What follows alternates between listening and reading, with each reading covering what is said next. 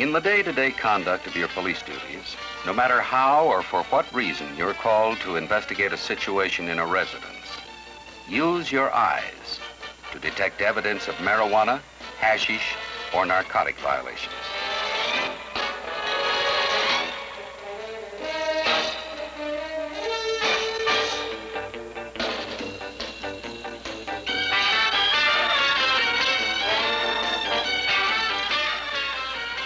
In one sense, you might say a room is like a field investigation report or a booking sheet. But unfortunately, the information isn't typed clearly on the form, waiting to be read.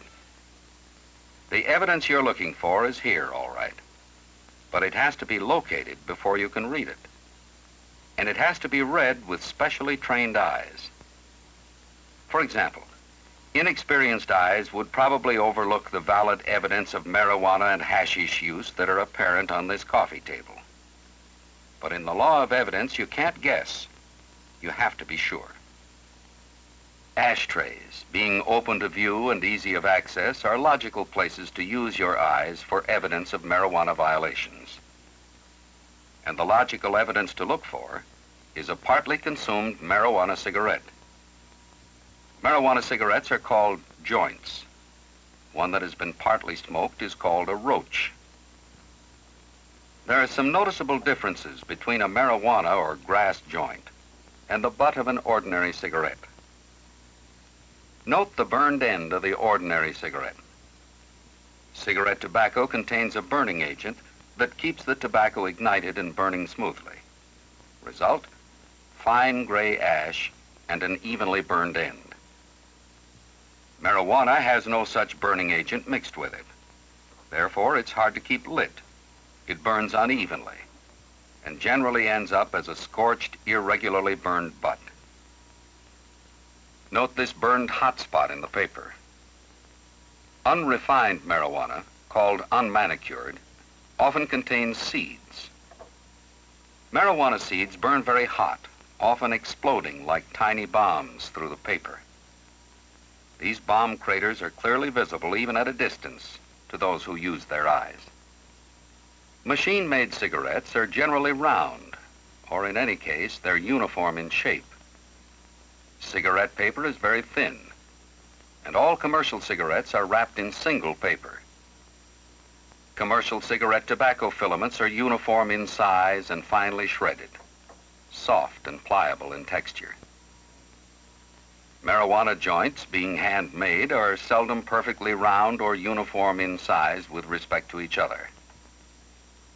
Inside, the grass, even if manicured, which this is not finely shredded, but contains small, irregular lengths of stalks and stems, and, as we said, seeds. Use your eyes to look for partially consumed marijuana roaches. They are prima facie evidence that the premises are being used for an illegal purpose. And this brings up an important legal point. Unless an officer has in hand or observes such positive evidence, he cannot legally look any further, not even to find out what else this ashtray may contain. But if he uses his eyes and sees such evidence, like this roach, for example, he can legally continue his investigation, which is what we now propose to do. It would be very helpful to an investigating officer if all the distracting evidence of ordinary living could be removed, leaving only the evidence he is looking for concentrated conveniently in one place. Don't get the idea an investigation ever is this easy. We're just using a little camera magic here to make it easier to find the evidence we're looking for. This hair clip may or may not be prima facie evidence of marijuana use. You have to use your eyes and your understanding of legal evidence to find out. This is an item you might find anywhere in a residence, on the floor, on a coffee table, under a sofa seat, anywhere. And this one is not evidence of marijuana use. But this one is. What's the difference between them? Well, use your eyes and you'll see. Take a careful look at the end. See that burned tip? That's what you're looking for. Metal clips are commonly used to hold marijuana cigarettes for smoking. The shorter the roach becomes, the harder it is to keep lit. Frequent lighting and the heat of the burning marijuana, which is 5 or 6 times as hot as tobacco, leaves heat marking or burns on the metal of the roach clip. The unmarked clip is just a woman's hair clip, but under the law of evidence, the burn mark on the other clip changes it into an item of marijuana paraphernalia, which gives an investigating officer the legal right to look for additional evidence. This alligator clip, for example, is a perfectly legal item of hardware. This one, scorched at the tip, is an item of marijuana paraphernalia. This bobby pin is legal in any home. This one, with a roach fragment stuck to it, is a prima facie item of marijuana paraphernalia. Such solid legal evidence justifies further search, or the issuance of a search warrant, or would sustain a marijuana use case in court. Don't overlook the floor, or the rugs around sofas and chairs in your search for evidence. Marijuana seeds have a tendency to explode or pop out of the joint and fall to the floor. This seed, obviously, is further undisputable proof that marijuana has been used recently in this room. This, obviously, is a cigarette box, and it might as well be padlocked as far as an investigating officer's right to lift the lid is concerned. Unless, that is, evidence has already been found that marijuana has been or is being used in the room.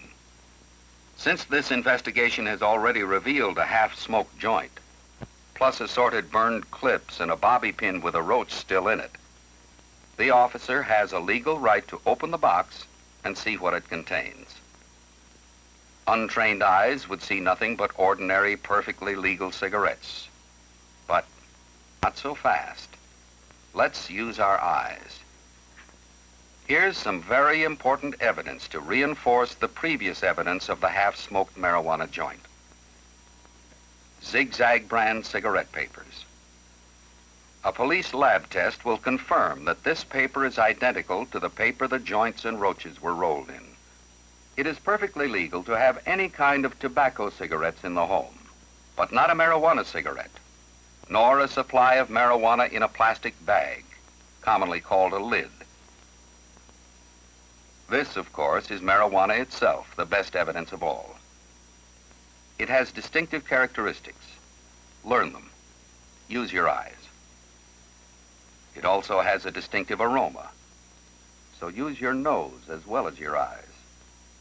Marijuana has a sweet, musty odor that is easy to identify. Knowing this, pot smokers often try to hide the telltale fragrance of grass smoke by burning incense in the room. Therefore, the presence of incense or incense burners in a room should be noted. This is what manicured marijuana looks like. That is, the stalks, stems, and seeds have been removed. Bulk users or pushers of unmanicured marijuana buy it in compressed blocks weighing about 1 kilo or kilogram. That's about 2 2/10 pounds. Unmanicured marijuana is almost too coarse and rough to be rolled into cigarettes. Consequently, it is either smoked in pipes or manicured to remove the stems, stalks, and the seeds. The custom is to refine the kilo of natural grass by rough stirring or pounding to separate the stems and seeds from the leaves. The refined or manicured grass is then removed for packaging. This leaves only the coarse stems, stalks, and seeds, which have very little, if any, narcotic value. They are generally thrown away. The refined or manicured grass is then packaged into lids, each of which contains enough marijuana to make 30 or 40 joints or marijuana cigarettes. Baggies from the supermarket are almost exclusively used today to package lids of pot.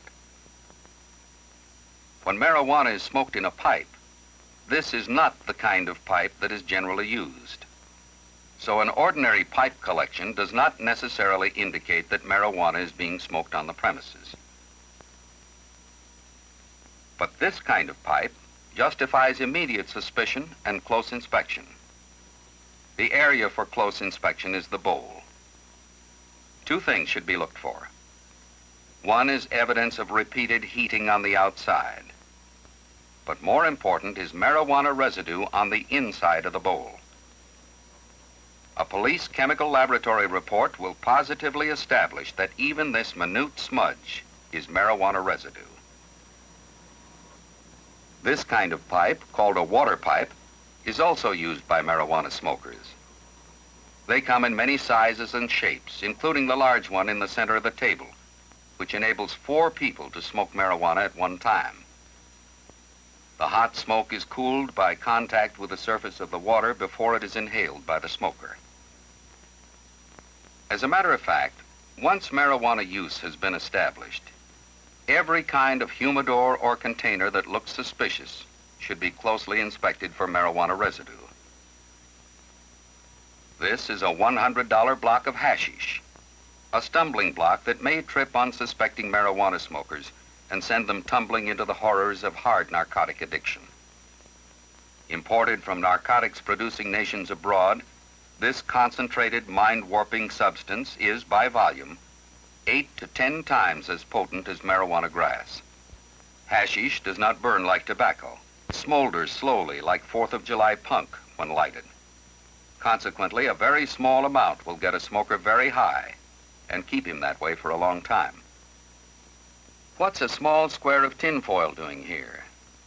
Strange as it may seem, such squares of foil are strong evidence that hashish is being smoked on the premises. Only educated eyes would recognize this bored wooden block as prima facie evidence of hashish smoking. Here's how it works. The tinfoil is pressed into the small bored hole in the homemade pipe to protect the wood from the heat. Then the foil is punctured to let smoke pass through. A small load of hashish is pressed into the tinfoil and lit. And another potential narcotics victim floats out of the world of reality toward a midnight of eventual regret and despair. So, no matter how or for what reason, in the day-to-day conduct of your police duties, you are called to investigate a residential situation, use your eyes.